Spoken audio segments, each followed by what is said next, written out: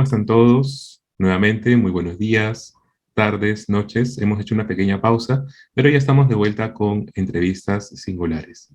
Y en esta oportunidad nos toca presentar a una mujer protagonista, en varios sentidos. Pamela Ángela Medina García es literata, docente, investigadora de poesía experimental, humanista digital, editora en retiro, nadadora amateur y crochetera.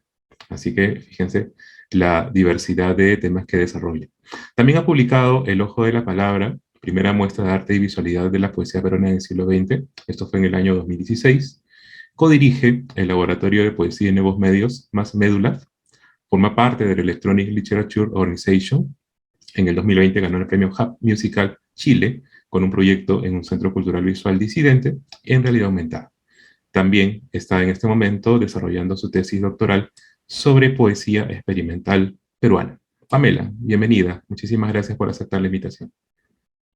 Gracias, Mauro, a ti por invitarme. Qué curioso la introducción.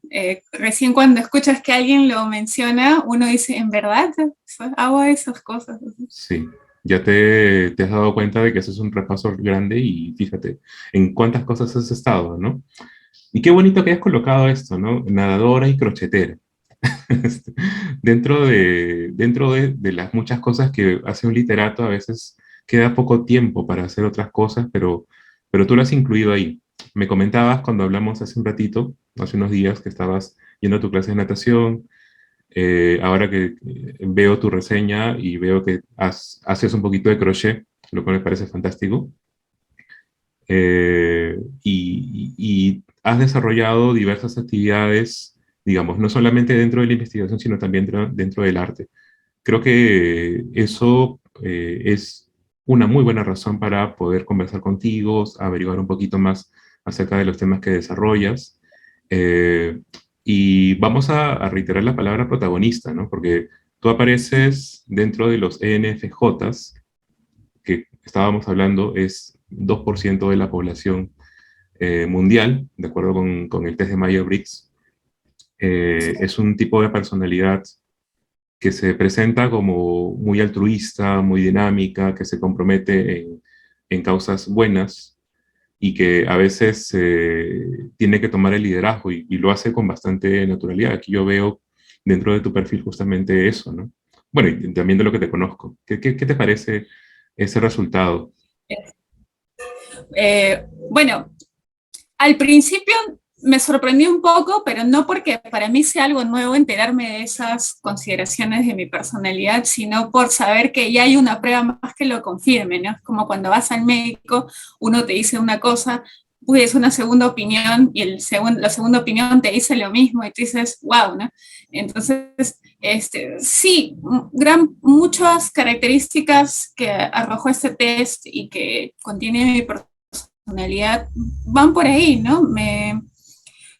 He trabajado mucho tiempo indirectamente la empatía hacia los demás, pero también porque en muchas oportunidades, en proyectos que he realizado, me ha tocado liderar, por ejemplo, ¿no? Mm, Y tú sabes que cuando uno maneja un grupo de personas y muchas de estas personas tienen muchas habilidades, hay que tener actitudes y aptitudes para liderar, ¿no? Y una de esas es la empatía. Entonces, si uno no es empático, no puede manejar un grupo, no puede ser consciente de lo que el otro siente. Entonces, y es también, creo yo, porque, bueno, mucha parte de mi infancia también fue así, o sea, este, quizá como muchos niños o muchas niñas en nuestro país que tienen padres distanciados o que una de ellas trabaja mucho, ¿no? Para poder otorgarnos todos los beneficios que los niños nos merecemos, a veces pues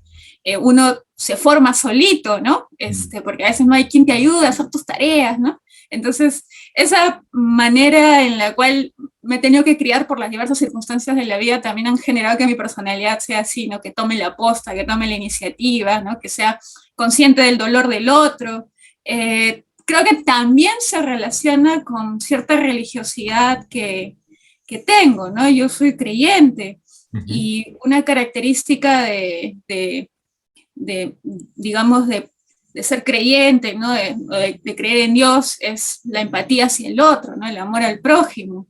Y eso me gusta, ¿no? Eso me gusta, porque si ya uno lo ve desde una perspectiva un poco más cultural o más académica, la empatía con el otro te ayuda a entender muchas cosas, ¿no? Entonces creo que por ahí va estas características de la personalidad que me salieron, ¿no? Buenísimo. Es como si todos los elementos que tú has desarrollado se relacionaran unos con otros, ¿no? La religiosidad hace que uno tenga la iniciativa hacia ayudar a otras personas, las humanidades a acercarte también a conocer al ser humano, sus diferentes facetas, liderazgo de equipos, ¿no?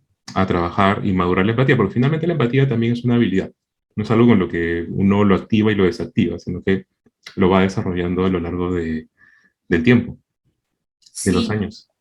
Eh, Tú, por ejemplo, mencionas aquí que has desarrollado un laboratorio de poesía y nuevos medios más médulas, has ganado un premio con un proyecto en realidad aumentada, ¿no? Y estás trabajando en poesía experimental. Entonces, también es un poco eso, ¿no? Hay como una integración de varios niveles, varias capas. Y a la hora de verlo, reitero, ¿no? Lo del crochet me parece bien interesante. ¿Encuentras que hay un común denominador en todo ello? O sea, hay como una especie de, quizás de refresco o de alimentación de una actividad sobre la otra, como que una te contribuye, una te aporta a la otra.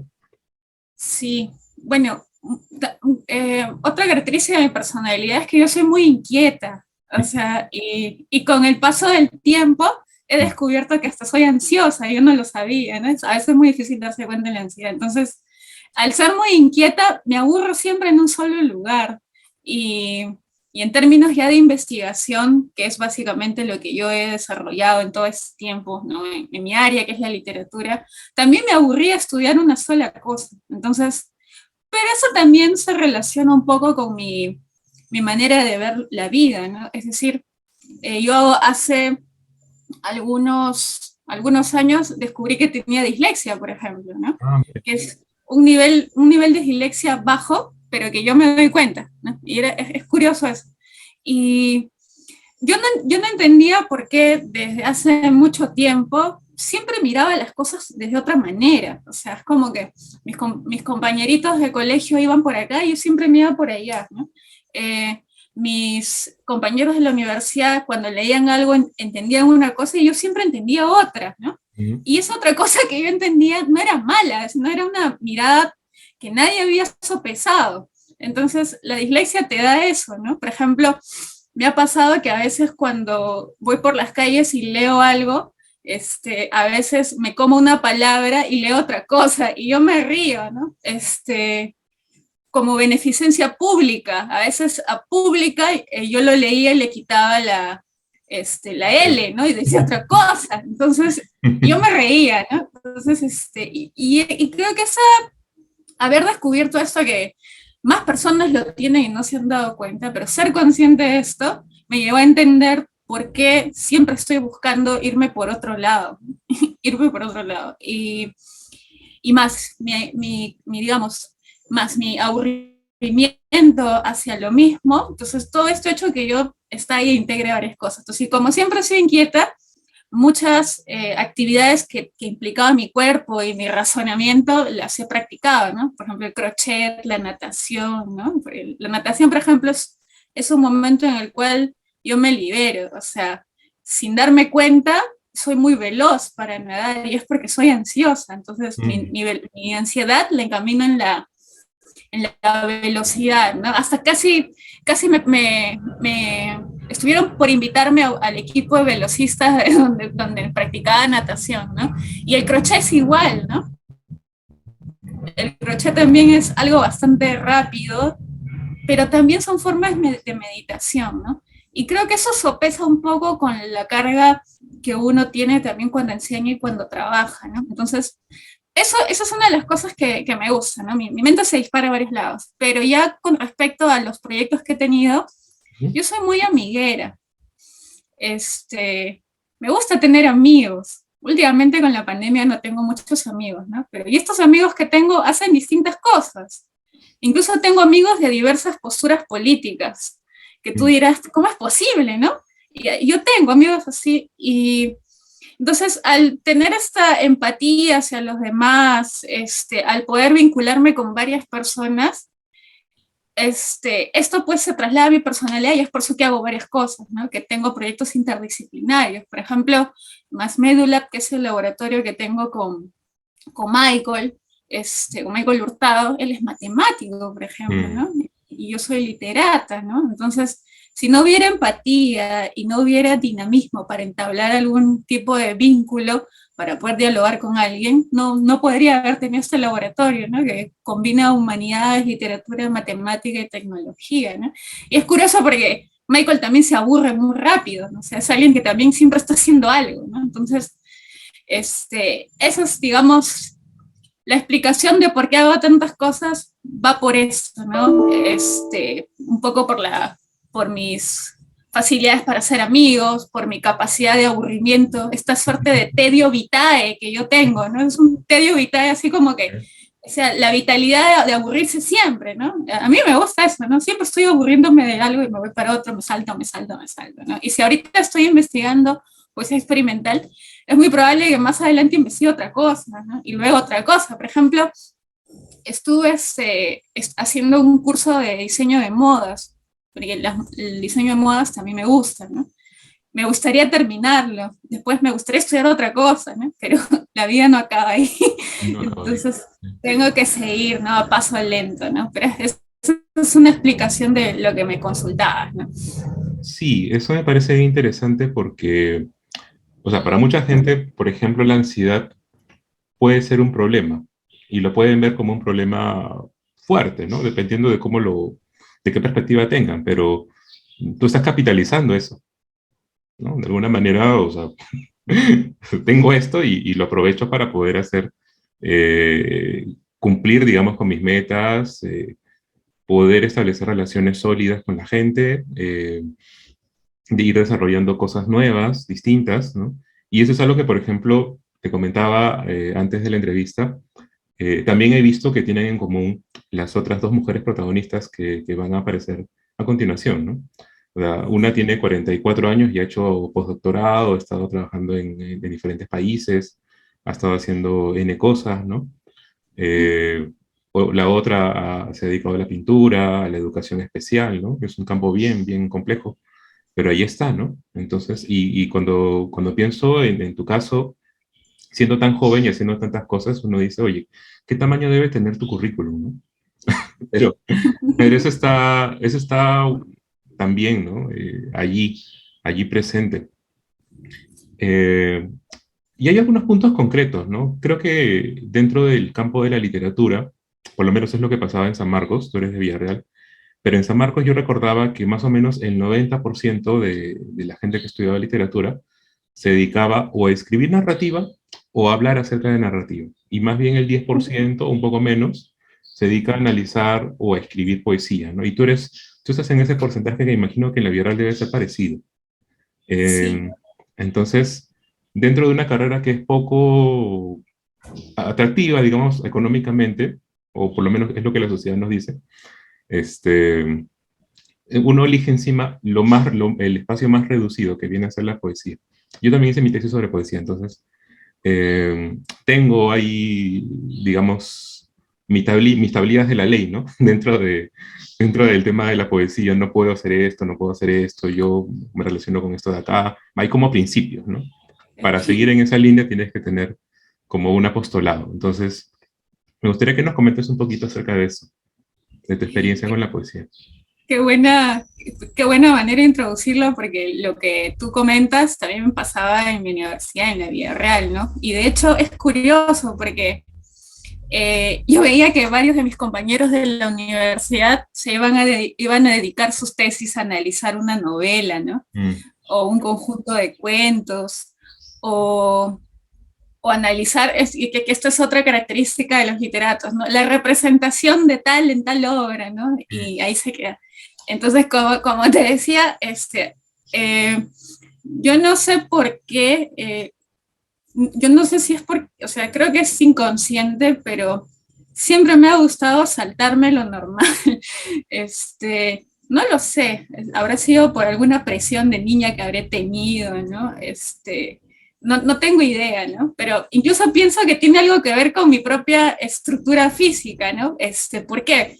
Porque hace poco descubrí que tengo una enfermedad que se llama hiperlaxitud. Es una condición física que hace que tus articulaciones vayan más allá de lo normal, ¿no? Ujú. Yo no lo sabía. Entonces, y esto es interesante, ¿no? Porque es como que pasas el límite de lo normal, ¿no?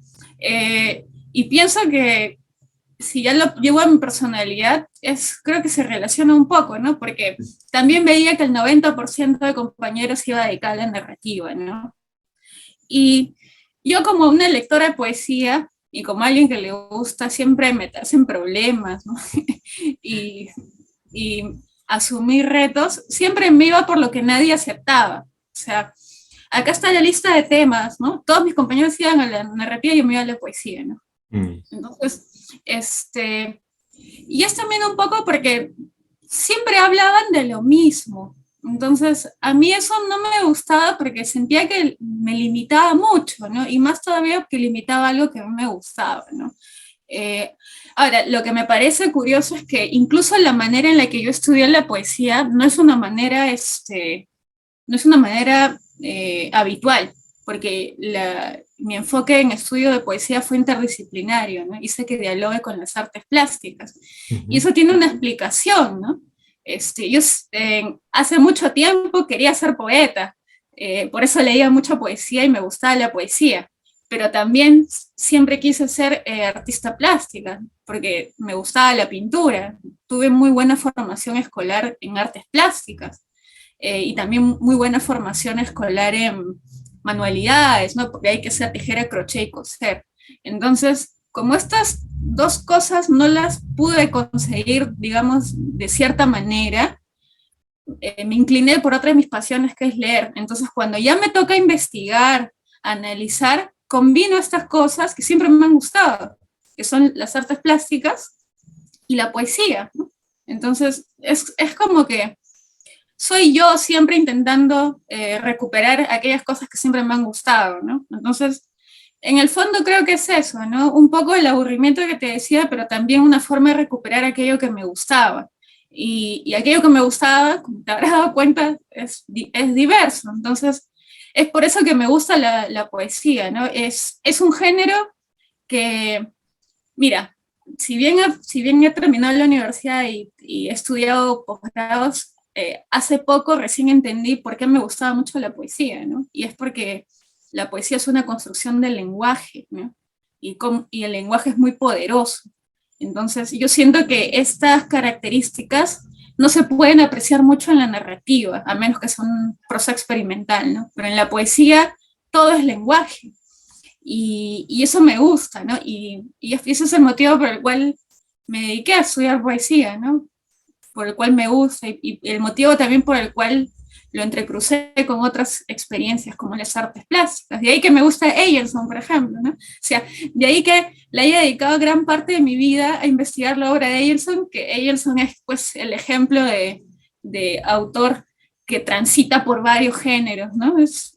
A veces yo pienso que a veces cuando uno es investigador, en el fondo, y investiga un tema, en el fondo se está buscando representar en esa investigación, ¿no? Esa investigación en el fondo lo representa, ¿no? Eso es más o menos lo que yo he hecho, ¿no? Sí, efectivamente, o sea, has buscado, bueno, cuando uno investiga tiene que gustarle lo que investiga, y creo que hace poquito me pareció leer que has conseguido también un reconocimiento como investigador independiente, ¿no? En la universidad en la que estás.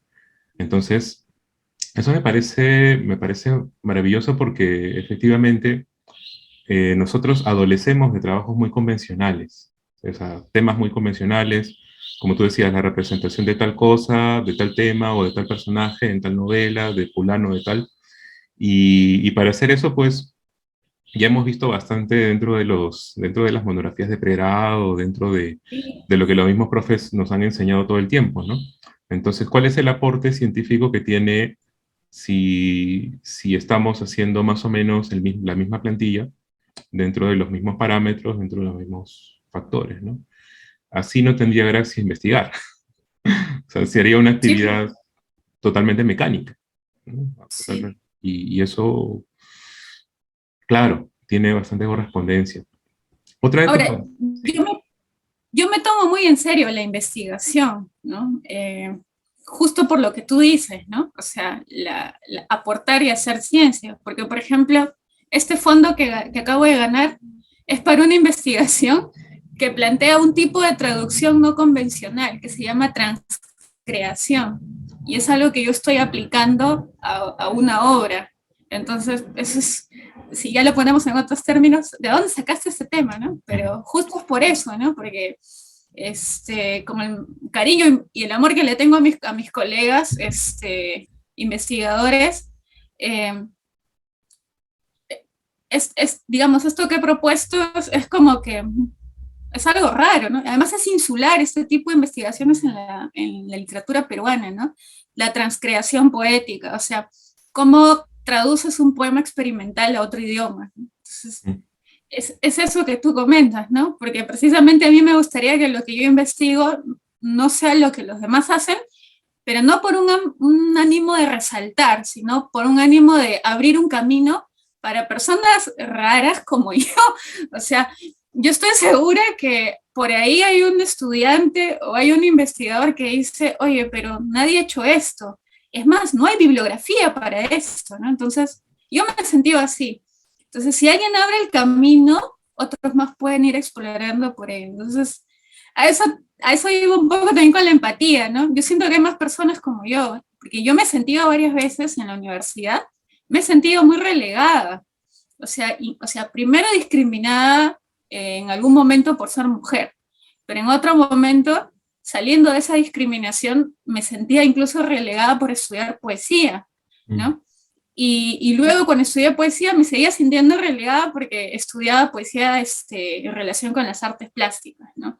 Entonces, siempre estaba intentando salir de eso y dejar algo para las personas que también tienen fijaciones similares a la mía. Y, por ejemplo, a mí me da gusto que ahora con mi laboratorio hemos abierto un campo que hace poco nos dimos cuenta que hay personas que nos siguen, nuestros trabajos, nuestros avances, o sea, y ya se está escribiendo sobre eso, ¿no? Entonces, eso me parece interesante y me parece que es algo que aporta, ¿no? Que abre lo que tú comentabas, en ese camino a una investigación que puede trascender en esa medida, ¿no? Efectivamente, me parece muy importante lo que están haciendo porque están realmente explorando un campo y eso es algo que muy poca gente sabe en el Perú. Nosotros lo sabemos porque hemos estudiado literatura, ¿no? Pero muy poca gente sabe en el Perú que la poesía peruana pues está tranquilamente en el top 3, ¿no? A nivel mundial. Sí, Tenemos monstruos aquí dentro de la historia del siglo XX, sobre todo. Siglo XXI quizás, bueno, habría que conversarlo, pero en principio tenemos referentes que los quieren mucho en el extranjero y tenemos que aprender nosotros colectivamente también a quererlos dentro del Perú, ¿no? No solamente los poquitos que hemos un poco leído algo de poesía o que hemos investigado acerca de ella, sino también todas las personas en general. Y por supuesto, el arte es holístico, ¿no? Hablas de poesía y de pintura, y claro, uno comienza a ver que hay más conexiones que divergencias, ¿no? Poesía y música, por ejemplo, también. Cuando veo los trabajos sobre Eguren, hay mucha gente que trabaja el tema, bueno, no mucha gente, ¿no? Poquitas personas, pero sí que toman muy en serio el tema de la musicalidad, por ejemplo, en Eguren, claro. por poner un ejemplo. O sea, no se puede separar ambas cosas porque están estrechamente relacionadas. Hay una cuestión segunda que quería consultarte a partir de los temas propuestos que tiene que ver con la educación. Yo te conocí como profesora, de hecho en algún tiempo trabajamos juntos y constantemente nos estamos dedicando a la enseñanza a nivel universitario. Eh, Quisiera preguntarte, tú eliges el sentido de la respuesta, la educación como algo personal o la educación como algo general, es decir, en el sentido de cuál es el aporte de la educación dentro de nuestro país o dentro de la civilización humana. ¿Cómo lo verías tú o cómo quisieras enfocarlo? Bueno, yo creo que ser profesor, o en todo caso ser educador, involucra tener vocación de servicio, ¿no? Eh, a mí me gusta verlo así, porque pues tiene todo este nivel de misticismo que, que yo sigo, ¿no? O sea, una vocación de servicio, esta voluntad de servir al otro, ¿no? Yo sí me tomaría la educación como algo personal. Yo empecé en el ámbito educativo, no en la universidad, sino como editora y jefe de proyecto en una editorial de textos escolares. Y yo ahí aprendí muchísimo, ¿no? Aprendí muchísimo. Eh, Conocí, por ejemplo, docentes de colegios del Perú, ¿no? Muy preocupados por querer tener metodologías para llegar a sus estudiantes, ¿no? Dirigí un plan lector, por ejemplo, ¿no? Un plan lector que en ese momento fue exitoso. Y ese plan lector era curioso porque tenía cuentos, poemas, pero al final el estudiante tenía que trabajar un origami, ¿no? A partir de lo que había leído con un personaje, ¿no? Siempre entrecruzando todo, ¿no? Entonces, para mí la educación tiene un lugar muy importante en mi formación. Con los docentes de educación básica aprendí bastante, ¿no? Y algo que yo admiro de ellos, por ejemplo, que además de esta vocación de servicio, es que ellos están en un espacio y en un momento importante, son formadores de personas, ¿no?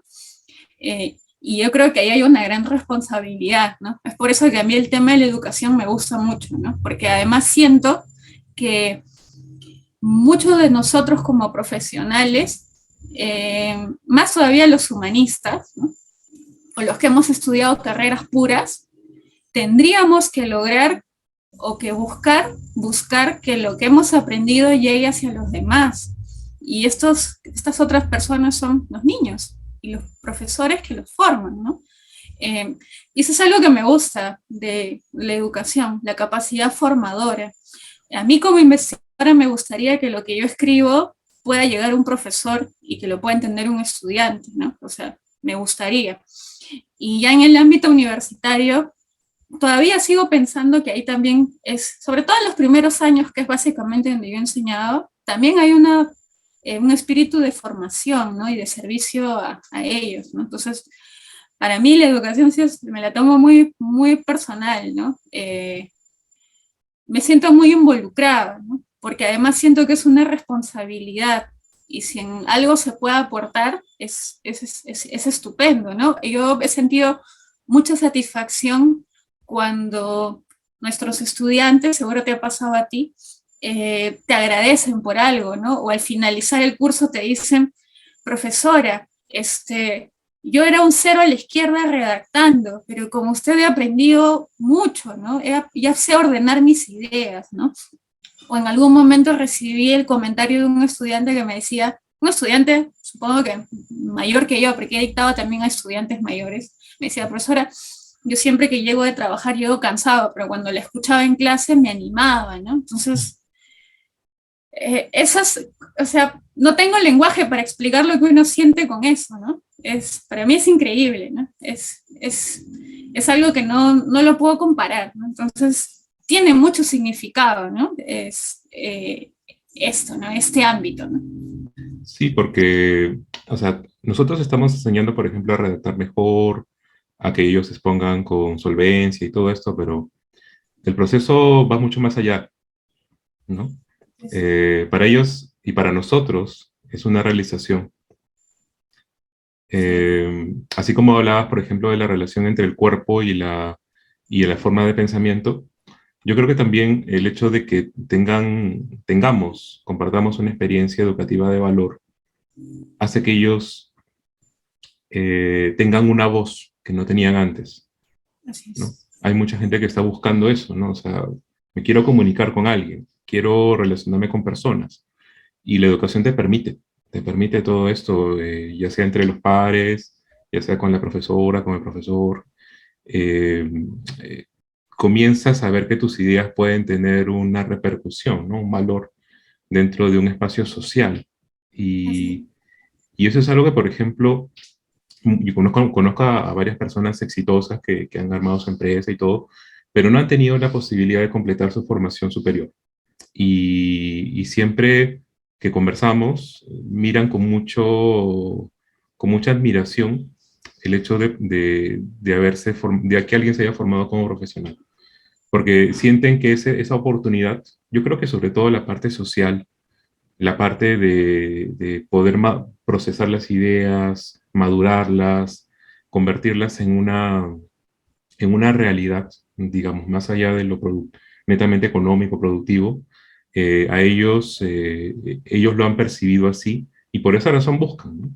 Tenía un estudiante mayor, comparto tu experiencia porque también alguna vez he dictado a personas mayores, bueno, mayor que yo, unos 20, Yo también. unos 20 años más o menos, y el hombre me decía, profe, yo estoy acá porque todo el mundo me dice ingeniero en la empresa. El hombre gana muy bien, tiene su vida, digamos, resuelta, por así decirlo, pero quiere que le digan ingeniero de verdad. Entonces, y dentro de eso está el hecho de que, claro, ellos ya como tienen una experiencia de vida, te comparten o lo comparten en la clase, intercambian ideas y el resultado pues es que empiezas a 1 hora, terminas 3 o 4 horas más tarde y parece que no ha pasado nada de tiempo, ¿no? Entonces, Sí. porque sí, hay un disfrute ahí, es una buena clase, es como una fiesta, ¿no? Una fiesta de la que no te quieres ir. Sí, y ahora qué bueno lo que comentaste, porque esto que dijiste, ¿no? Lo que nosotros les enseñamos a poder comunicarse, porque nosotros, yo creo que es importante valorar, enseñar a redactar a los chicos, y creo que estos cursos son importantes porque les enseñamos a usar el lenguaje. O Ujú. sea, a mí los poetas, a los que he leído, me han enseñado que tú puedes usar el lenguaje para lo que tú quieras, ¿no?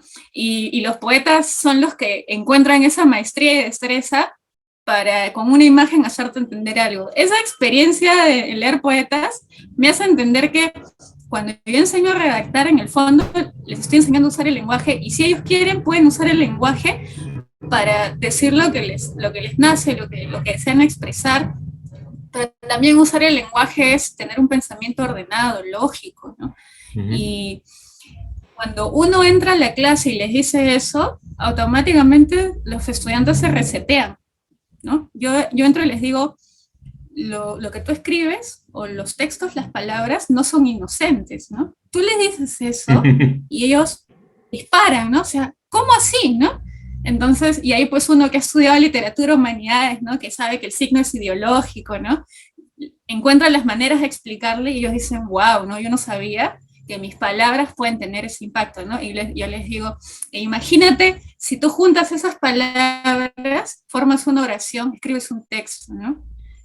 ¿Qué puedes lograr con eso, no? Y los chicos pues se van maravillados, ¿no? Entonces, como tú dices, es gratificante enseñarles a usar la palabra, que dicho sea de paso, en el contexto en el que hemos vivido ha estado muy mal usada, ¿no? Muy mal usada. Y mucho de los daños que vivimos como sociedad, precisamente son porque los chicos no saben usar el lenguaje, no saben investigar, etcétera, etcétera, ¿no? Entonces, por eso te digo que esta característica formadora para mí es muy importante en la educación, porque siento que en el fondo damos un granito de arena para ayudar a que la sociedad sea mejor, ¿no? Que tenga personas más conscientes de lo que hacen y de lo que dicen, ¿no? Mm, exactamente. A ver, hay una cosa que mencionaste hace un ratito que tiene que ver con el hecho de poder entender la investigación, porque, bueno, tú sabes que culturalmente la mayor parte de las personas no están muy orientadas al pensamiento científico, ¿no? Y de hecho, se ha demostrado, la neurociencia ha demostrado varias veces que el cerebro tiende a ahorrar energía. Entonces, a ver, digamos, la propia supervivencia, el propio bienestar, el confort. Y la investigación siempre se ha relacionado con cosas pesadas, tediosas, ¿no? Yo creo que sobre todo, un poco tomando también el ejemplo que tú nos has dado, cuando la gente investiga cosas que parecen ser la investigación de cualquier otra persona, o sea, investigación hecha de plantilla, ¿no? Y entonces, Claro. entonces eso tiene el efecto secundario o el latigazo de que la gente dice, oye, para investigar tengo que hacer así, así, así, de esta manera siempre, ¿no? Y uno dice, no, efectivamente la investigación es un acto creativo, ¿no? Y creo que el cerebro sí se activa cuando nosotros desarrollamos actos creativos, porque, primero porque son novedosos, y segundo porque representan un desafío para cualquier persona desde la edad que tenga, desde la formación que tenga. Entonces, y como tú bien sabes, el Perú no invierte mucho en investigación, estamos en el 0,8% o menos del PBI, Sí, del pues. presupuesto en investigación. No es un dato relacionado, pero bueno, nunca estamos en los primeros puestos en la prueba PISA. Y pareciera que nosotros tenemos que establecer una conexión por otro lado, quizás no económica solamente, sino también cultural. Si tú tuvieras tuvieras una varita mágica y pudieses desarrollar alguna estrategia nacional, por ejemplo, para incentivar el acercamiento al arte, a la poesía, a la pintura y el acercamiento a la investigación, ¿qué estrategia usarías o qué cosas promoverías para lograr esto? Qué buena pregunta, Mauro. Me deja pensando un poco, pero creo que esa respuesta, mira, quizá no hablando de inversión, ¿no? Como tú dices, de dinero, este, yo creo que algo que no se aprovecha eh, y que está muy dejado de lado son los saberes previos y los saberes ancestrales, Mm, ¿ya? Porque, por ejemplo, eh, hay muchos niños en muchas regiones del país que saben sobre geometría porque la ven en la naturaleza. mm, Pienso, los tocapus, el quené, ¿no? Y que cuando van a la escuela se les enseñan geometrías que si bien se relacionan con lo que ellos saben, rompe un poco con su manera tradicional o su manera de ver la realidad. Por el otro lado, hay muchas personas, pensemos en los jóvenes, ¿no? Que en la actualidad indirectamente investigan, cuando googlean, por ejemplo, ¿no? Eh, Cuando se les viene algo a la mente y siempre lo buscan en internet, ¿no? Entonces, yo creo que algo para desarrollar la investigación en las personas o en los estudiantes es aprovechar lo que está alrededor, o sea, a potencializar esto que ellos ya tienen y que siempre se deja de lado, ¿no? Eh, entonces, yo creo que esto podría motivar que los intereses y el nivel de pensamiento y de acercamiento a investigar sean más críticos, mejoren más. O sea, lo único que se necesita ahí es alguien que te guíe, ¿no? Que oriente, que eduque, ¿no? Entonces, yo creo que va por ahí. Yo converso con muchos estudiantes y les pregunto, ¿saben qué es una palabra clave? Que en nuestros artículos nosotros tenemos que poner keywords o palabras clave, ¿no? No, profesora, ya, me reseteo. ¿Saben qué es un hashtag? Sí, profesora, por supuesto, sí sé que es un hashtag, ya, por ahí va. Entonces, esta capacidad de contextualizar y de rebuscar en los saberes previos de los niños, de los chicos, de los adultos, ¿no? Está muy dejada de lado. sí.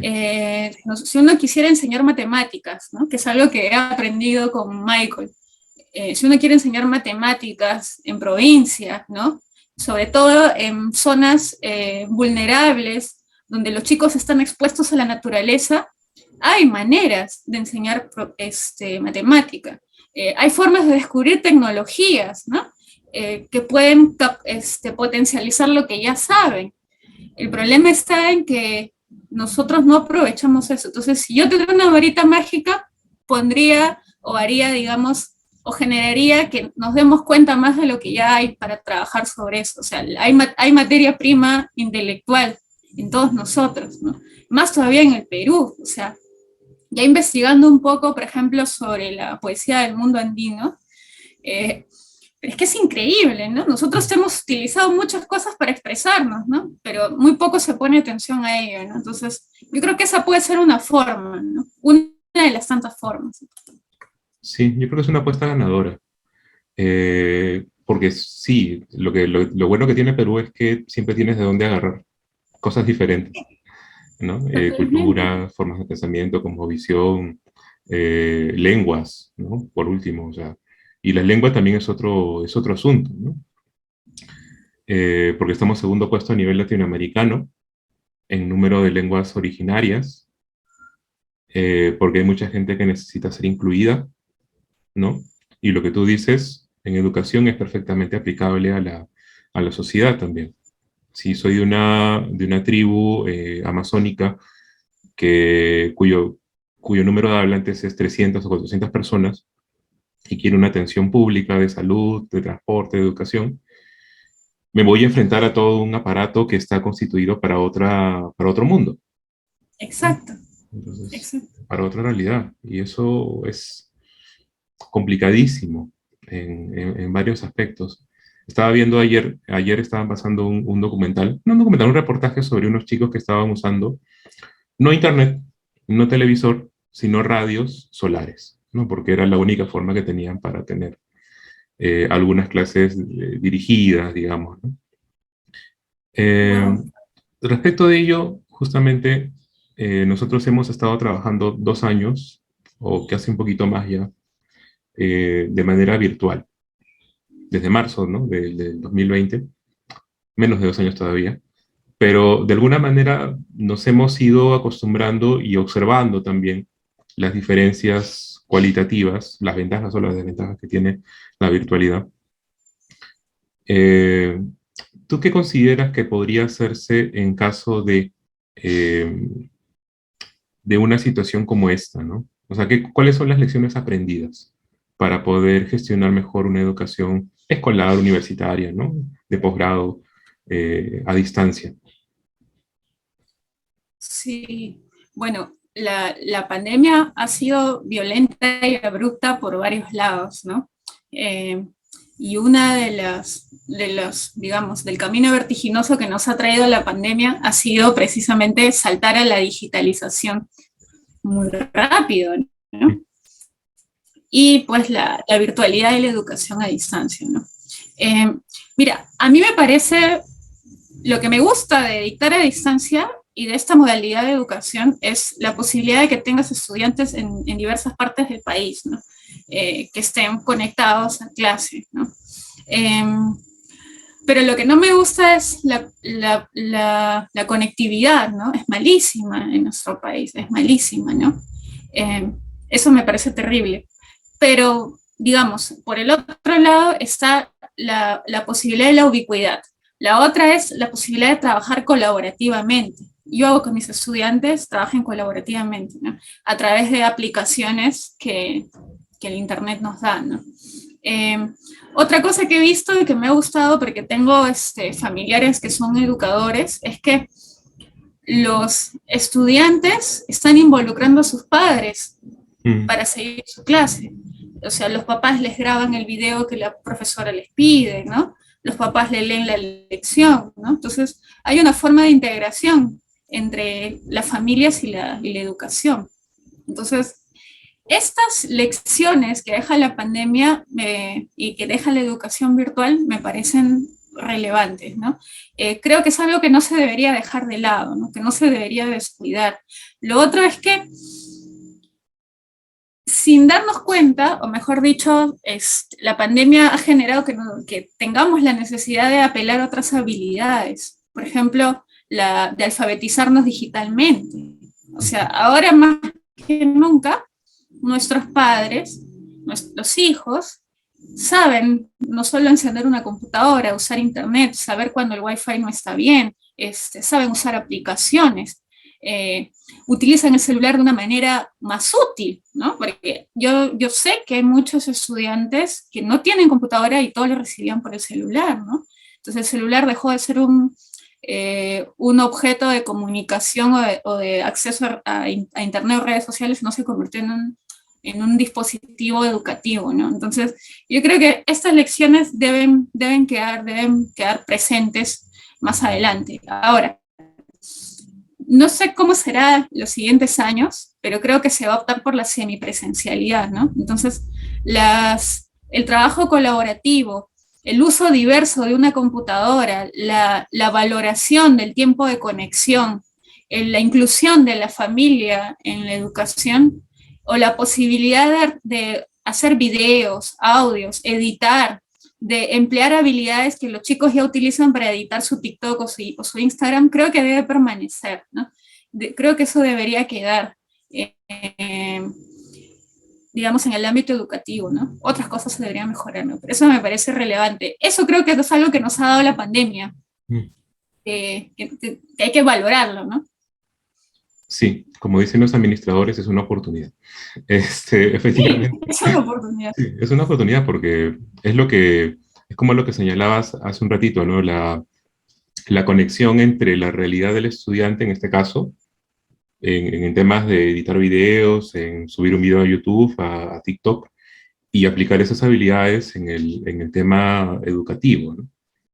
Yo veo a mi hijo acá, por ejemplo, haciendo la grabación de un video, está ahorita haciendo directos, Wow. y sí, y ya tiene como 11 suscriptores, lo cual era más de lo que muchos esperábamos. Pero esos 11 suscriptores mañana más tarde se van a convertir en 1000, ¿no? O en 10.000 quizás, no lo sé. El tono de voz, la preocupación por ciertos detalles, ¿no? Que pasan inadvertidos cuando uno no se dedica a hacer esto frecuentemente. Claro. Eso es un gran valor que, como bien dices, hay que aprovecharlo, ¿no? Ahí hay que hacer que no se pierda y más bien hay que potenciarlo también, incluso del currículum. Pamela, un enorme placer, un enorme gusto haber podido conversar contigo, aprovechando también el reencuentro después de Sí, de años, años que no nos vemos. como no nos vemos, no conversamos directamente por lo menos, y gracias al Zoom y al Internet pues hemos podido conversar un ratito y también aprender bastante de ti, de tu personalidad y también de tus proyectos. Muchísimas gracias, Pamela, por esta entrevista. Gracias, Mauro. Te agradezco y nada, aquí estamos para conversar si en algún momento es propicio o para reunirnos más adelante. Te mando un abrazo también y te agradezco por la invitación. Ha sido un gusto liberar algunas ideas. Igualmente, Pamela, un gran abrazo. Muchísimas gracias por todo.